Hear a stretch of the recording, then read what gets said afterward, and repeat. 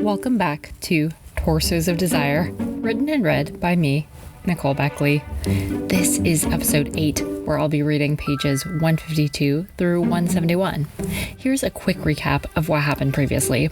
The competition escalated for who would be the main cover star for Buck Wild, and CJ Carlson chose Diego. But Paul doesn't know that yet. Paul said he's really excited about being involved with this book cover, and he thinks it's a sign about their relationship, so the narrator decided she can't tell him the truth. Instead, she's hatching a plan to take Diego down. Paul suddenly has to go out of town, so he asks the narrator to cat sit, which goes so badly that Karen insisted that she move out immediately, which is where we left off. More revealing. Everything felt upside down.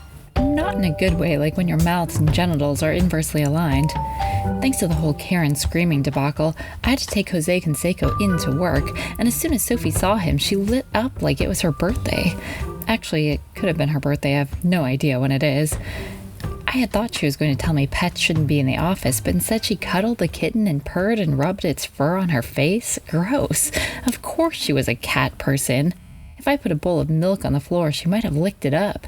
Something to try after lunch. While Sophie was being distracted, I remembered I needed to stay focused. I had to tell everybody about Diego's herpes ads. They needed to know. And they needed to pressure CJ Carlson to choose Paul. All the designers were gathered in the conference room for meetings with the authors they'd been putting on hold for the last few weeks. First was Simone Sheldon, a big-time crime romance writer whose stories were always about criminals who get caught and fall in love with their legal counsel. There were a lot of double entendres involving the phrase penal code. All of the book covers were images of crotches behind bars. Her latest series featured a hotshot lawyer named Dublin Down, who was always trying to raise the stakes. Hopefully this meeting was going to wrap up soon, especially since the designers would probably just slap another crotch on the cover. Sherry had already excused herself from the meeting and was walking down the hallway to meet Pat Plugger, the author of a very popular Zom rom-com series, After Destiny, where the characters were all zombies. It made no sense to me. Who's aroused by decaying corpses? Why wouldn't the whole zombie genre just die already? I had to get to Sherry before she reached Pat. I summoned all my leg strength and ran as fast as my silver stilettos could carry me so I could jump in front of her. Sherry nearly fell over when I pounced, and I felt bad for not yelling something like "Cowabunga" when I jumped. I'd make a note for next time. "I have to show you something," I blurted out. "Can't this wait?" Sherry asked, nodding to Pat like I was interrupting. But it was too late. I'd already bolted in the conference room and asked Big Jim to pull up YouTube. "Search for herpes," I said. Big Jim made a face and backed away from his computer, and I realized I'd have to do it myself. Before I finished typing the word, Diego's commercial popped up. "Look familiar?" I asked. Pictures of Diego were still hung up around the conference room. All the designers exchanged glances, except Flexi Lexi, who said she'd tried that herpes ointment and it didn't work. Sherry's mouth was wide open. It was hard to tell what she was thinking, but finally she said, "Somebody get CJ Carlson on the phone." The designers all started whispering, which made it really hard to hear them. "What's going on?" Sophie sidled into the conference room. I pressed play on the commercial again. "Oh, I've heard herpes can be really painful," Sophie said, sympathetically patting my arm. "Come on, Sophie, I don't have herpes. The nerve." I explained that this commercial was playing 24/7 and that the guy in it was the same guy that was about to be on thousands of Buck Wild book covers. Millions of dollars in sales were on the line. Sophie made a surprised face and then went into some diatribe about the worship of the dollar and how late-stage capitalism was eroding the notion of a free society. Sure, but look at the upside. Next day free shipping. I told her that Carrie had said that if this series wasn't successful, that all of our jobs were on the line, and more importantly, that this was going to make us look bad. Hadn't she heard the phrase, "perception is 9/10 of the law"? Sophie shook her head. "It's possession," she said. What did she know? She'd never heard the phrase. "Perception is reality," Sophie said. "Yeah, exactly. And the reality was, this was going to look real bad. A PR nightmare." Which reminded me, I needed to pay a visit to the PR girls. A new strategy. Ew, gross. That's so nasty. Herpes? Is that like Hermes? The PR girls were significantly grossed out by seeing Diego's herpes ad, almost in a way that seemed like they could be overcompensating. It's always hard to tell when PR people are faking it. I told them that Sherry had put in a call to CJ Carlson and that all the designers were on high alert. They chattered amongst themselves about if this was a big deal or not, or if one of them should get braids, and if that was a cultural appropriation, or if maybe they should ditch work on Friday and get manicures. I pulled up my phone and played a loud air horn sound to get them to refocus. "Right, why are you here again?" one of them said. I was about to bang my head against a glass table when I spotted the galleys and cover options for Buck Wild, Call of the Wild, and a post-it with CJ Carlson's name and address on it. These were meant to be messengered over to him, which meant somebody was going to have to be that messenger, and that messenger would be me. I needed to create a diversion, so I asked if anybody could recommend a good skincare routine, and they got quickly distracted arguing about serum and toner, and I grabbed the package and slipped out. They'd never know I was gone. I figured Jose Canseco was in good enough hands with Sophie, and how long could this really take? Just pop over to a famous author's house and tell them everything they're doing is wrong. Simple. I don't know why more people don't do it. House call. They say that money can't buy taste, but I guess sometimes they're wrong because the address for CJ Carlson's house was a beautiful old brownstone with curved front windows surrounded by pink rose bushes. It made me do a double take, and then another double take. Usually architecture only makes me look once. I glanced all around at the doors and windows to see how I might be able to get in, but then I decided I should just ring the doorbell. I was going to take the direct approach. Moments later, the door pulled back slowly and a mousy little woman with glasses peeked out. "Yes," she said. I told her I was here to see CJ Carlson and that it was important. You have to tell people immediately when something's important. Otherwise, how will they know? She said he was busy and I could leave a message, but I told her that I needed to deliver the message personally, if you know what I mean. And then I winked so she'd know I meant business. "Ah, I see," she said, and winked back. Finally, I was getting somewhere. She opened the door into a gorgeous foyer with high ceilings and a crystal chandelier. It was almost unbelievable in that I almost didn't believe it. Silky cream drapes cascaded over the windowsills, and the travertine tile floor shimmered like it was in an Architectural Digest spread. Now this was the way to live. I walked through the foyer to a pair of French doors. I don't know what exactly makes doors French. I've never heard an accent. The doors opened out to a terrace with a small wading pool. An outdoor pool in the city with no lines? I'd clearly underestimated how loaded CJ Carlson must be.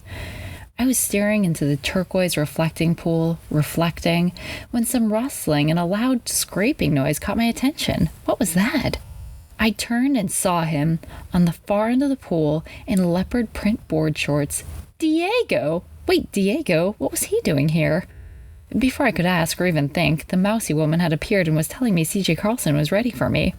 She led me to a massage table where CJ Carlson was lying face down, covered by a white towel. If this was how he usually conducted his meetings, it seemed pretty unprofessional.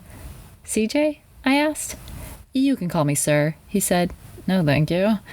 "I have some news for you," I said. "Why don't we just get on with the massage?" I looked at his puffy white arms and his hairy shoulders. There had been a gross misunderstanding. I mean, really gross. "Actually," I started to say, but was interrupted by the loud blaring wail of a guitar. I looked to see Diego pounding away at the instrument. What was going on? Why was he here? And couldn't he just, take some music lessons already? I told CJ Carlson I needed to use the bathroom, which was partly a lie, and partly a way to see if he had any little fancy hand soaps. On the way inside, I shout-whispered at Diego. "Psst, psst." "Whoa," he said. "What are you doing here?" I asked. "Playing guitar," he said, tossing his hair back nonchalantly. Come on, if there was ever a time for chalance, this was it. "What?" I said. "I know. I usually play bass," he said. "No, what are you doing here?" Diego pulled me into the foyer. He explained that he'd come to see CJ Carlson a few weeks ago to convince him to give him the Buck Wild covers. CJ Carlson assumed he was the pool maintenance guy, so he cleaned the pool a few times. "It gets a lot dirtier than you'd think," he said. "So many dead bugs."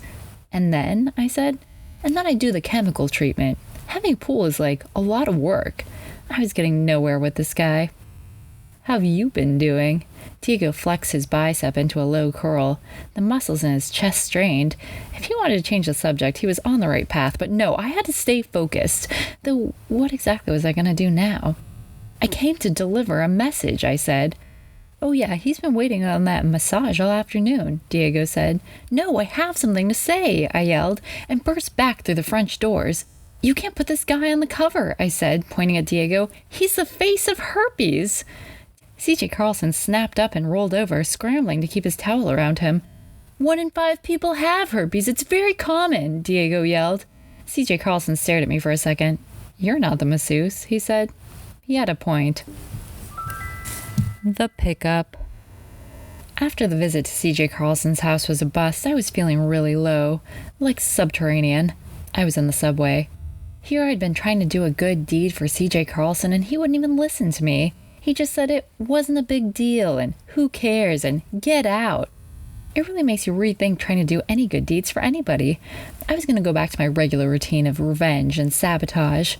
I needed to drown my sorrows, so I went to my favorite bar, the Grimy Loiterer. They really didn't mind if you just hang around there.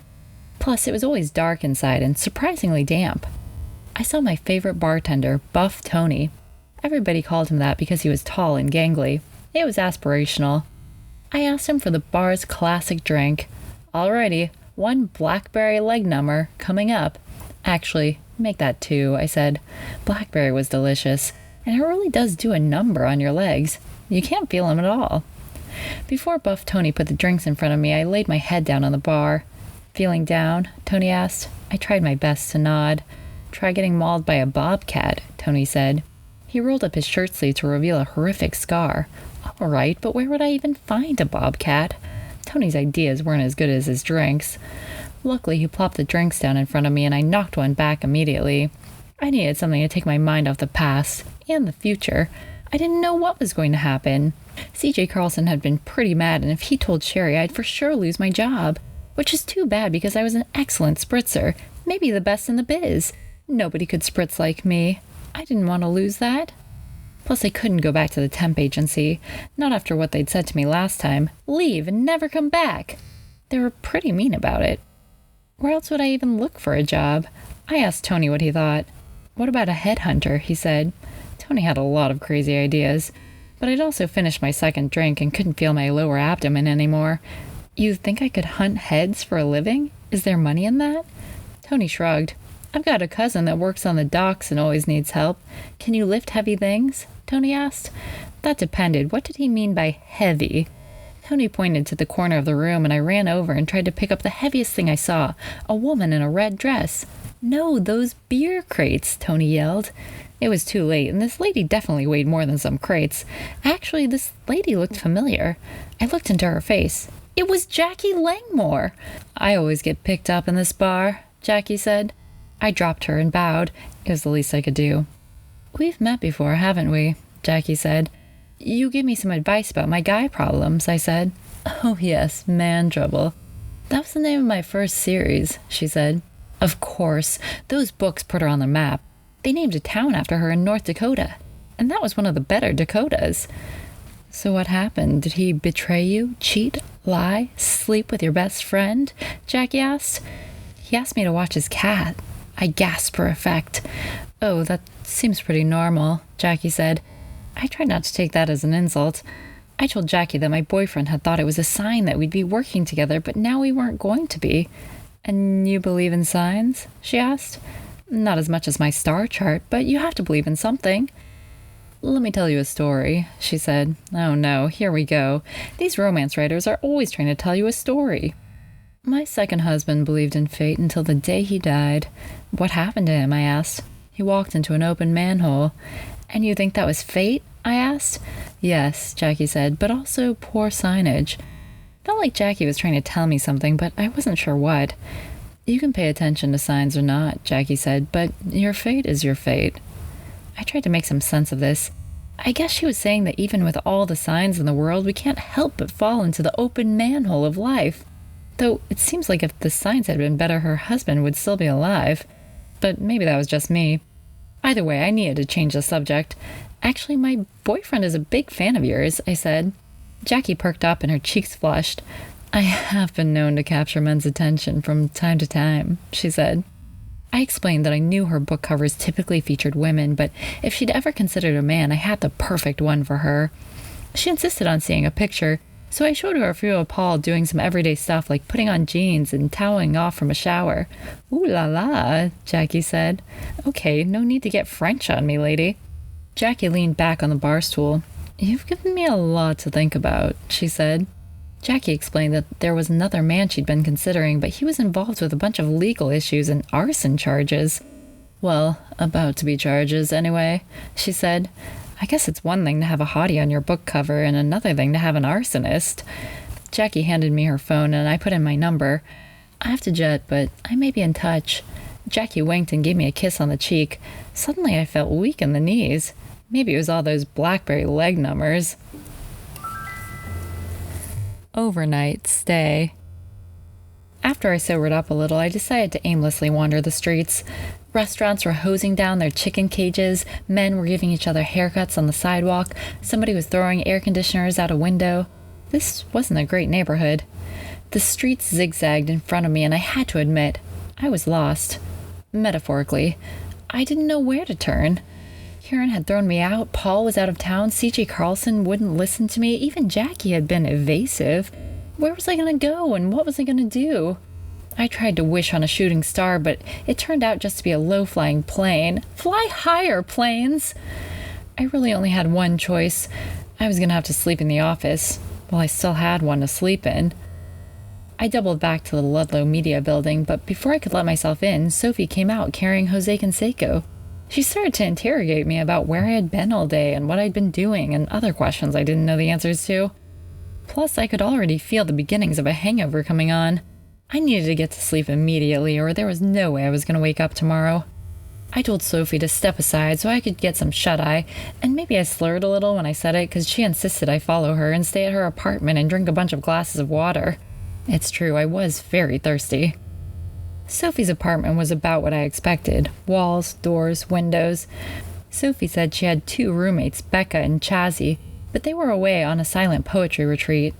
I didn't know if that meant they were writing poetry silently or reading it, but also it didn't matter and I didn't care. Make yourself at home, I guess, Sophie said. I looked around. I'd really hit rock bottom. This was it. Woe is me. Or is it woe as me? I've never been sure. I took my shoes off and threw myself onto an inflatable orange chair, then onto an inflatable orange sofa, then onto the floor. It's impossible to lounge dramatically on blow-up furniture. Do you have anything I won't bounce off of? I asked. Sophie pulled out a box. Inside was an inflatable mattress. Come on, Sophie. Finally, Sophie said I could sleep in Chazzy's room if I promised not to muss up the covers. When have I ever mussed something up?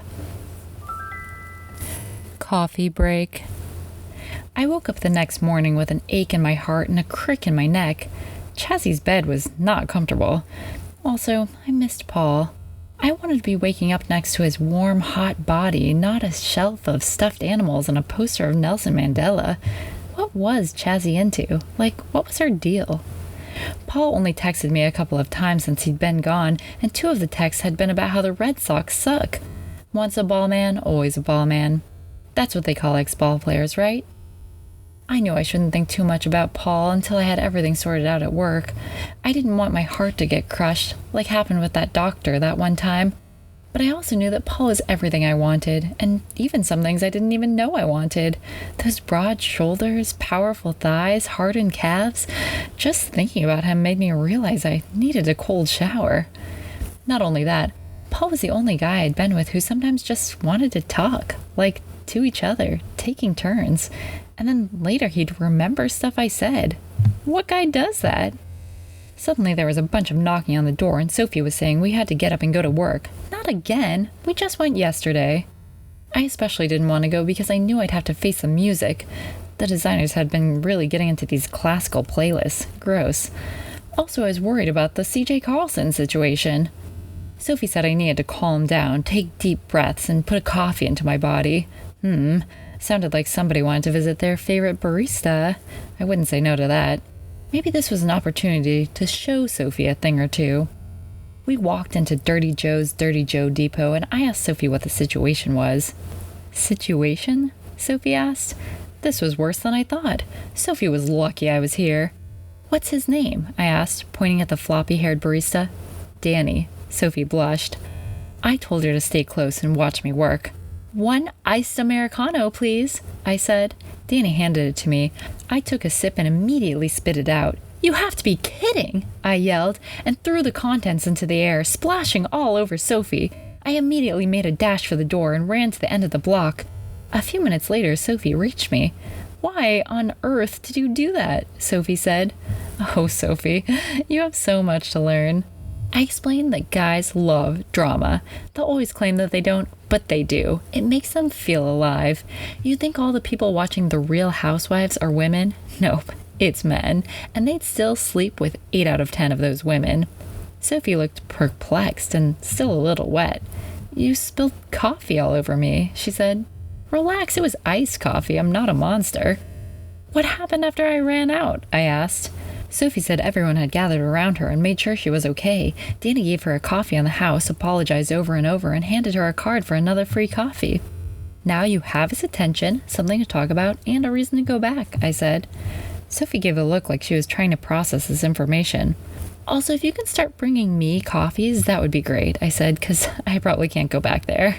"You're welcome, Sophie." Canned.